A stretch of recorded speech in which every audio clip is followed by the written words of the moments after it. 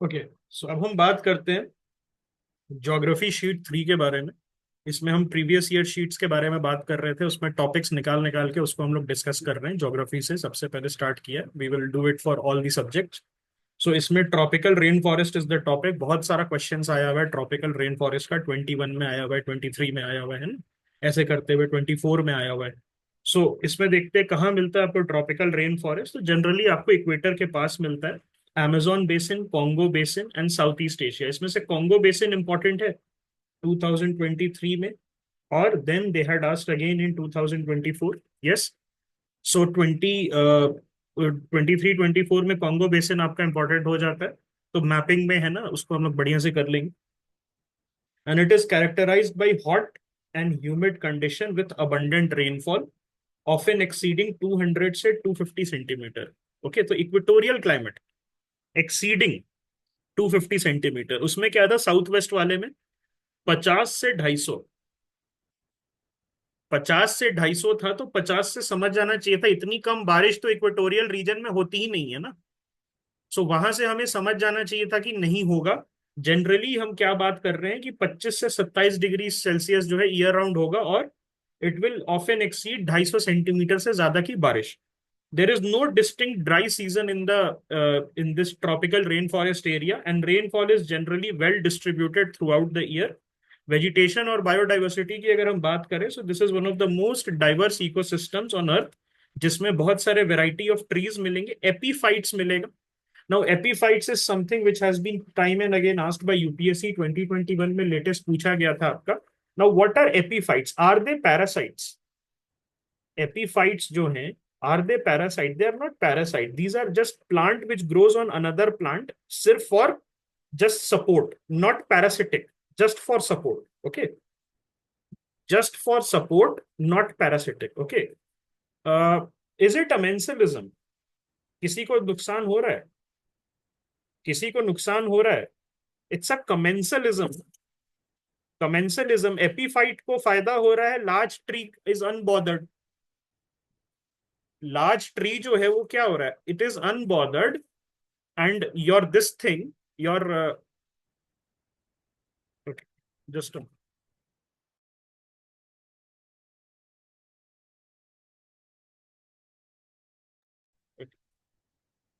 So epiphytes is there. Epiphytes में क्या है आपका? ऑर्चिड्स और ब्रोमेलियार्ड्स है, ठीक है, और वाइन्स, लियानास और अंडर स्टोरी प्लांट। सो ये इंपॉर्टेंट है अपने, अगर थीम शीट आप बना रहे हैं तो इसमें आप जरूर लिख लीजिए एपीफाइट्स डैश ब्रोमेलियार्ड्स।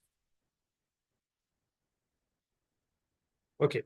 इसकी कैनोपी कैसी होती है? डेंस होती है और मल्टी लेयर्ड होती है। तो अगर डेंस कैनोपी है तो सनलाइट आ पा रही है फॉरेस्ट फ्लोर पे? कैनोपी क्या कर रहा है? शील्ड कर रहा है ना। Because of this dense canopy sunlight जो है आपकी नहीं आ पा रही है। ओके। फौना जो है बहुत डाइवर्स होता है यहाँ पर, इंसेक्ट, बर्ड्स, मैमल्स, रेप्टाइल्स और एम्फीबियंस जो है। ओके, ये सारी चीजें होती हैं। Soil, it is often nutrient poor and it is highly leached. Is it good for agriculture? It is not. Okay, alright. ये सारी चीजें जो है, it is often nutrient poor and it is highly leached. Okay. Rapid decomposition होता है organic matter का, but nutrients are quickly taken up by vegetation or it is washed away by heavy rains. Okay, so ये important है आपका। ये वाला point जो है you can mark it down. Okay, ये आपके लिए इंपॉर्टेंट हो जाता है, आप इसको मार्क कर सकते हैं। सॉइल कैसा है? न्यूट्रिएंट पुअर है और हाईली लीच्ड है, ठीक है। एंड रैपिड डिकम्पोजिशन होता है ऑर्गेनिक मैटर का, but nutrients are quickly taken up by vegetation and washed away by heavy rains. Okay, most nutrients are stored where? Most nutrients are stored in the biomass, not in the soil. Okay, please remember this. इसका जो है nutrients कहां पर stored होता है? Biomass में होता है, सॉइल में नहीं होता। You can write it down. You can write it down, this is very important for tropical rain forest. This point is actually very very important. Most of the nutrients are stored where? In the biomass, not in the soil. Okay, adaptation में tall straight trunks to reach the sunlight and drip tip leaves are there to shed the excess water. So यह उल्टा हो गया। Desert से उल्टा हो गया। Desert में क्या कर रहे हैं आप? आपकी थॉर्नी लीव्स है ना? आपकी थॉर्नी लीव्स है, वहां पर आप वाटर को रिटेन कर रहे हो, यहां पर क्या कर रहे हो? एक्सेस वाटर को शेड कर रहे हो। उल्टा प्रॉब्लम है ना? सो किस तरीके का अडेप्टेशन है? टॉल स्ट्रेट ट्रंक्स है हमारे पास और ड्रिप टिप लीव्स है to shed the excess water. ठीक है, क्वेश्चन देखेंगे हम। The soil in tropical rain forest is rich in nutrients. Is it true? Soil in tropical rain forest it is rich in nutrients. Highly acidic leached, क्या पढ़ा था हमने? Nutrient poor highly leached, है ना? सो पहला statement wrong है तो answer तो ऐसे ही आ गया। पहला स्टेटमेंट अगर रॉन्ग है तो आंसर ऐसे ही आ गया। Statement one is incorrect, statement two is correct. Statement one is incorrect and statement two is correct. The high temperature and moisture of tropical rainforest cause the dead organic matter in the soil to decompose quickly, but this leads to poor nutrients. और उसका nutrients कहाँ store होगा? Biomass में store होगा, soil में नहीं होगा। Very important point. Okay okay, so soil in tropical rain forest is rich in nutrients. So tropical rain forest lush होता है, डेंस कैनोपी होता है, but the soil themselves are often poor in nutrients. Okay, इसको ultisol, ऑक्सीसॉल, उल्टीसॉल ये कहते हैं। ठीक है। हैवी रेनफॉल जो है क्या करता है? लीचिंग ऑफ मिनरल्स करता है डीप इनटू द सबसॉइल, जिससे न्यूट्रिशियस जो टॉप सॉइल लेयर होता है, न्यूट्रिएंट रिच लेयर होता है, वो निकल जाता है ना? और most of the nutrients in tropical rain forest are held within the living organism, their vegetation, not in the soil. Okay, high temperature और अबंडेंट मॉइस्चर होता है यहाँ पर ट्रॉपिकल रेन फॉरेस्ट में, which accelerates the microbial activity and the decomposition process. वो क्या करता है? एक्सेलरेट करता है माइक्रोबियल एक्टिविटी और डिकम्पोजिशन प्रोसेस को। ये जो रैपिड डिकम्पोजिशन होता है, this releases the nutrients, okay, and rapidly taken up by the dense vegetation. ठीक है, and it is leached away due to heavy rain, leaving the soil itself relatively lacking in long term stable nutrients। तो क्या होता है? जो vegetation सारा nutrient ले लेता है तो सॉइल के पास न्यूट्रिएंट्स बचता है। सारा वेजिटेशन बायोमास ले लेगा तो सॉइल के पास क्या बचेगा? नहीं बचेगा, है ना? ओके, सो यहां देखिए 2021 का प्रीलिम्स का क्वेश्चन है। Leaf litter decomposes faster than in any other biome. Leaf litter decomposes faster, क्यों भाई फास्टर? यहां लिखा हुआ है microbial activity decomposition process. Why? Because of the high temperature and moisture, and as a result the soil surface is bare. It's not, जो top soil का nutrient rich layer है, it's हट जाता है, बेयर है। Apart from trees the vegetation is largely composed of plant forms that reach up into canopy vicariously. और यहाँ पर क्या है? आपको एपीफाइट्स मिल रहा है। जहां एपीफाइट्स देखा तुरंत क्या बोला? Tropical rain forest. अब यही चीज मैंग्रोव में आ जाएगा, एरियल रूट्स करके आपको दे देगा। बताइए, आइडेंटिफाई कीजिए एरियल रूट्स को, है ना? तो mangrove forest, dry deciduous forest को आइडेंटिफाई कीजिए। कैसे करेंगे? कॉनिफेरस को कैसे करेंगे, है ना? सो इस तरीके से आपका होगा। Alright, so what are epiphytes? Epiphytes are the plants that grow on other plants, especially on the upper branches, without extracting the nutrients from their hosts. Okay, so what are these? These are the plants that grow on other plants, especially on the upper branches, without extracting nutrients. तो ये commensalism होगा। Commensalism हमने क्या पढ़ा था? एक को फायदा हो रहा है, दूसरे को कुछ नहीं हो रहा है ना? Alright, and they rely on canopies moisture and nutrients and they form unique soil like mats on the branches। ठीक है, अब हम आ जाते हैं जेट स्ट्रीम के बारे में। Okay, so jet stream occur in the northern hemisphere only. Okay, only some cyclone develop and eye, तो सम है यहाँ पर, ओनली के बाद सम है। And the temperature inside the I of a cyclone is nearly 10 degree Celsius lesser than that of the surrounding. तो इसमें जो है नहीं, जेट स्ट्रीम दोनों जगह, नॉर्दर्न में भी सदर्न में भी आपको देखने को मिलता है ना? उसके बाद जो है ठीक है, तो फर्स्ट अगर रॉन्ग हो जाता है हमारा, सो ये दोनों हट जाता है, फिर ये बोलता है 10 डिग्री सेल्सियस, बहुत वेग है। Okay, It was a tough question, no doubt. So jet stream, they are not exclusive to the northern hemisphere. They exist in both hemisphere. और some cyclones जो है, आप देखोगे तो ट्रॉपिकल साइक्लोन का एक वेल डिफाइंड आई होता है। ट्रॉपिकल साइक्लोन का क्या होता है, एक वेल डिफाइंड आई होता है, वेयर एज एक्स्ट्रा ट्रॉपिकल या वीकर ट्रॉपिकल सिस्टम का नहीं होता है। ओके, ट्रॉपिकल साइक्लोन का क्या होता है, एक वेल डिफाइंड आई हमें देखने को मिलता है, वेयर एज एक्स्ट्रा ट्रॉपिकल या वीकर ट्रॉपिकल सिस्टम का नहीं होता है। ठीक है, hence only some cyclones develop an eye. Okay, so not all cyclones develop. In a mature tropical cyclone, the eye is usually warmer than the surrounding regions due to subsiding air. इसीलिए it is not 10 degree cooler rather than it is warmer. तो यहां उल्टा हो गया, laser नहीं होगा दोस्त, ये वेग स्टेटमेंट है। लेसर नहीं होगा, ये वेग स्टेटमेंट है। ओके, ठीक है, तो ये क्या कह रहा है कि जब ट्रॉपिकल साइक्लोन मैच्योर हो जाता है, आई जो है usually warmer than the surrounding regions due to subsiding और सिंकिंग एयर। और ये वार्म कैसे होता है, एडियाबैटिकली होता है, विदाउट लूजिंग हीट, याद है? Without Q is equal to zero, याद है, हमने बात की थी, है ना? Correct. Okay, so it is not 10 degree cooler, rather it is slightly warmer. Okay, so temperature inside the eye जो है, it is nearly 10 degree Celsius warmer, not lesser. Okay, तो warm होता है, correct. अब बात करते हैं जेट स्ट्रीम्स के बारे में as a concept. So jet stream क्या होता है?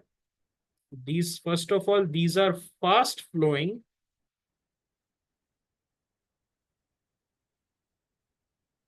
narrow air currents. Okay, कैसा होता है? नैरो होता है। कैसा होता है? स्लो फ्लोइंग नहीं, फास्ट फ्लोइंग होता है। They are found where in the upper levels of the atmosphere. कहां पर? Primarily in the upper troposphere. कहां पर? Primarily in the upper troposphere. ठीक है, लेकिन कभी कभार लोअर स्ट्रेटोस्फेयर में भी दिख जाता है।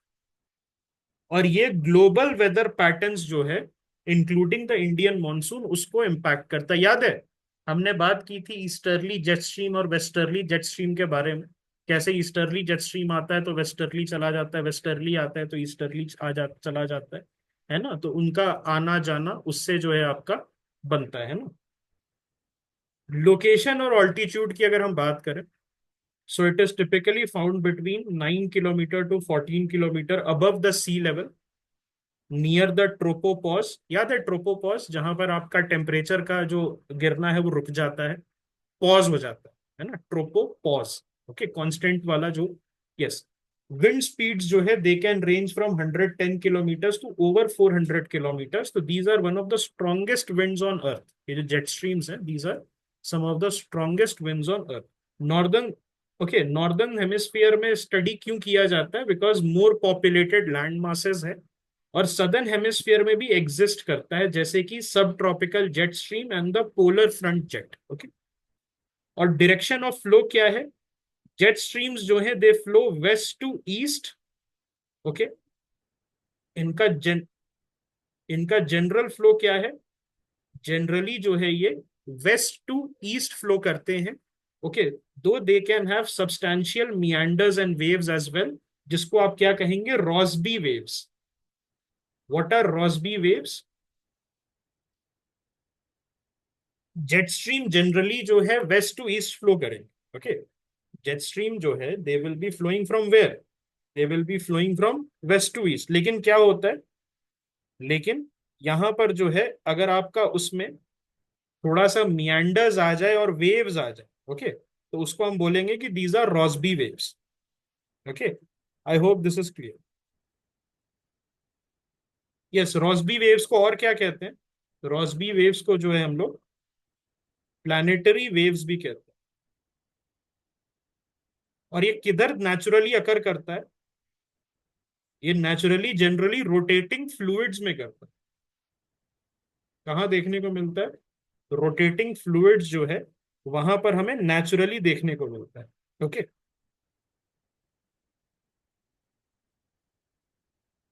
यस।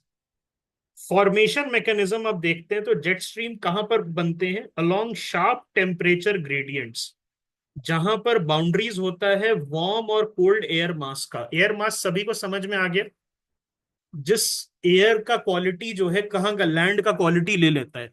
लैंड की संगत का असर एयर को ओवर टाइम हो जाता है।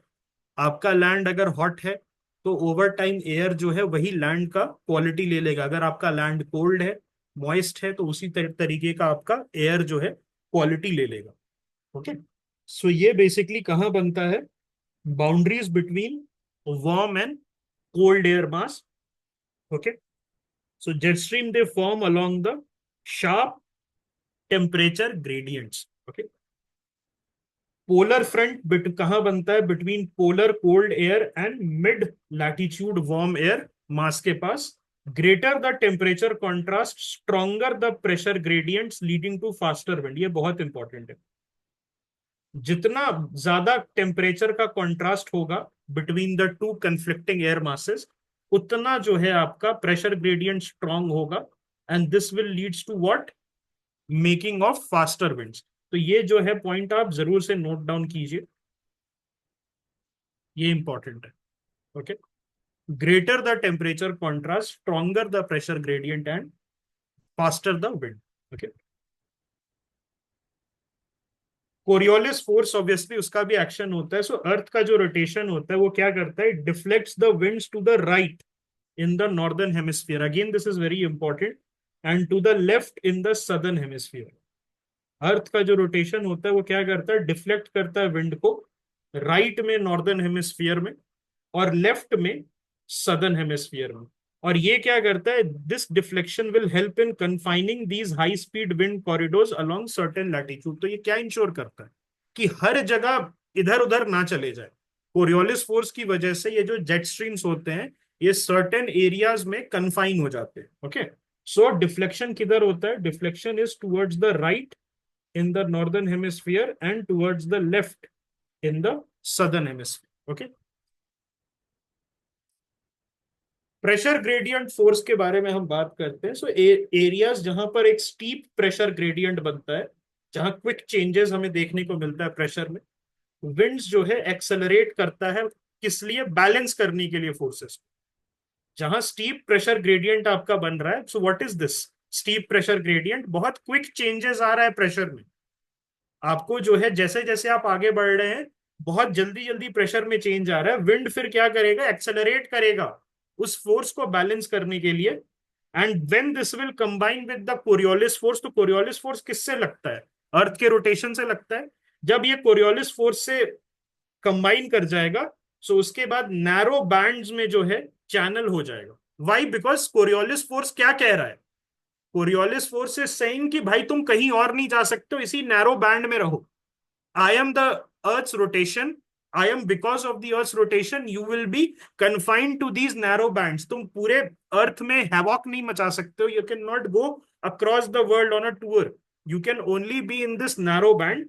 और उसके बाद जो है आपका वो क्या बन जाता है? फाइनली हमारे पास जेट स्ट्रीम बन जाता है। क्या ये चीज क्लियर है?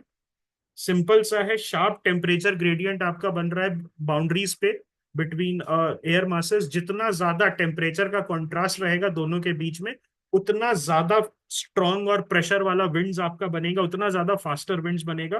कोरियोलिस फोर्स क्या इंश्योर करेगा? कि आप जो है नैरो बैंड में जो है उसको कन्फाइंड रखें, कहीं और ना जाए।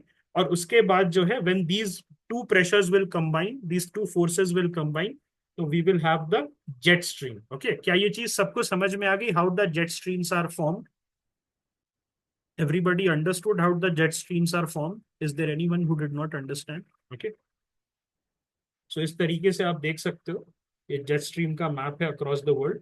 तो सदर्न हेमिस्फीयर में भी है, नॉर्दर्न हेमिस्फीयर में भी है। ऐसा नहीं हो सकता कि नॉर्दर्न में सदर्न में ना हो, नॉर्दर्न में ही हो। What are the types of jet stream?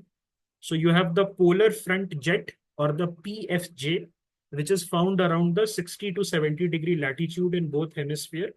Stronger in winter when the temperature contrast between polar and mid latitude region is greatest. Again देखिए यहाँ पर यहाँ क्या बोल रहा है, पोलर फ्रंट जेट जो है, पोलर फ्रंट जेट जो है ये क्या कह रहा है कि जितना ज्यादा टेम्परेचर कंट्रास्ट स्ट्रॉन्गर होगा, ओके, जितना ज्यादा टेम्परेचर कंट्रास्ट स्ट्रॉन्गर होगा उतना ज्यादा आपका जेट स्ट्रीम जो है स्ट्रॉन्गर होगा। Is it clear? तो ये चीज यूपीएससी पूछ सकती है। This thing is something that UPSC can ask.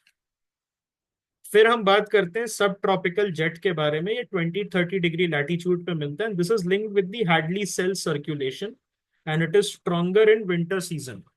So Hadley cell और फेरल सेल याद है आप लोगों को? Do you guys remember Hadley cell and Ferrel cell? Okay, all right, ठीक है, आगे बढ़ते हैं। So yes, Hadley cell and Ferrel cell are also important. Hadley cell and Ferrel cells are also important, उसको जरूर से कर लेना आपको, है ना? यस। तो कितने सेल्स होते हैं, how many atmospheric cells are there? Total 3 cells होते हैं इंपॉर्टेंट। कौन कौन से होते हैं एटमॉस्फेरिक सर्कुलेशन सेल में? एक पोलर सेल होता है, और क्या होता है? एक हैडली सेल होता है, और क्या होता है? एक फेरल सेल होता है। हैडली सेल किधर होता है? इक्वेटर के पास होगा। फेरल सेल किधर होता है? मिड लैटिट्यूड के पास होगा। और पोलर सेल समझ में आ रहा है कहाँ होगा, है ना, पोलर एरियाज में। और हैडली सेल जो है, ओके, हैडली सेल आपका इक्वेटर और ट्रॉपिकल एरियाज के आसपास जो है आपका काम करेगा, ठीक है।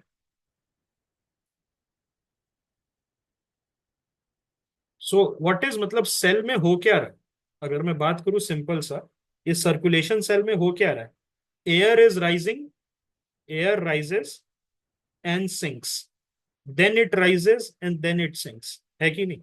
Rising sinking, rising sinking, rising sinking, है कि नहीं? Okay, is it clear? है ना, असेंडिंग एंड डिसेंडिंग। ओके, क्या ये चीज क्लियर है? Okay, tropical easterly jet TEJ, TEJ, TEJ. और ये northern hemisphere summer over region such as the Indian ocean and parts of Africa. और ये कैसे मूव करता है? East to west, unlike most jets which are westerly. ये कहां से मूव कर रहा है?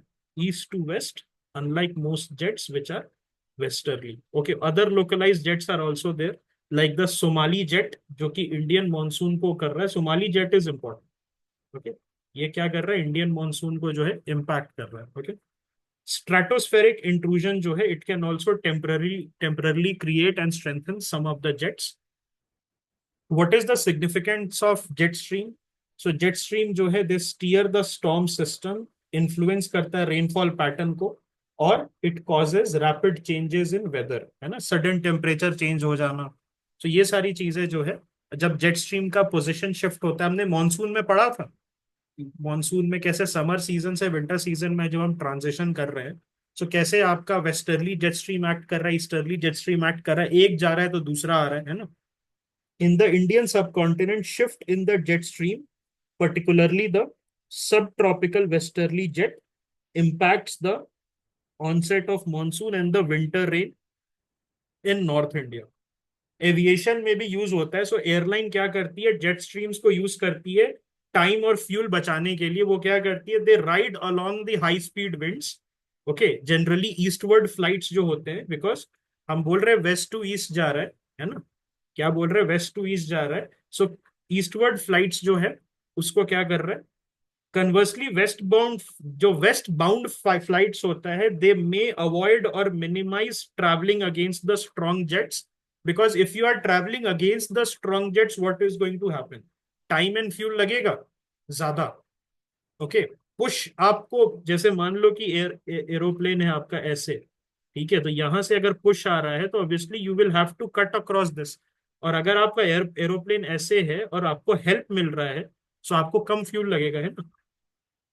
उसके बाद जो है, warming in the polar region can reduce the temperature gradient between mid latitude and poles, जिसके वजह से जेट स्ट्रीम पैटर्न जो है वो भी चेंज हो जाएगा। उसके वजह से क्या होगा? आपका एक्सट्रीम वेदर इवेंट्स जो है, फ्लडिंग, बहुत सारा, जहां पर बारिश नहीं होती है वहां बारिश होने लगेगी, जहां बारिश होती है वहां बारिश नहीं होने लगेगी। All these things will happen. Okay, Indian context में अगर हम देखेंगे, so in winter the westerly jet stream जो है, this brings the western disturbance. Western disturbance क्या होता है? दीज आर बेसिकली विंड्स जो होते हैं, विंड्स जो होते हैं, moisture laden winds from the Mediterranean, and this causes the winter rainfall. और ये रबी क्रॉप्स के लिए बढ़िया होता है, जहां स्नोफॉल हो सकता है वहां स्नोफॉल करा देता है, जहां रेनफॉल होता है वहां रेनफॉल करा देता है।